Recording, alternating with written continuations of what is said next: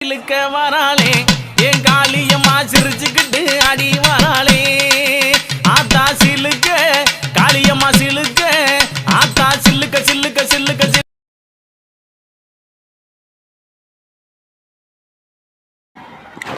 Hi friends, நான் தான் உங்கள் பிரியா பேசுகிறேன்.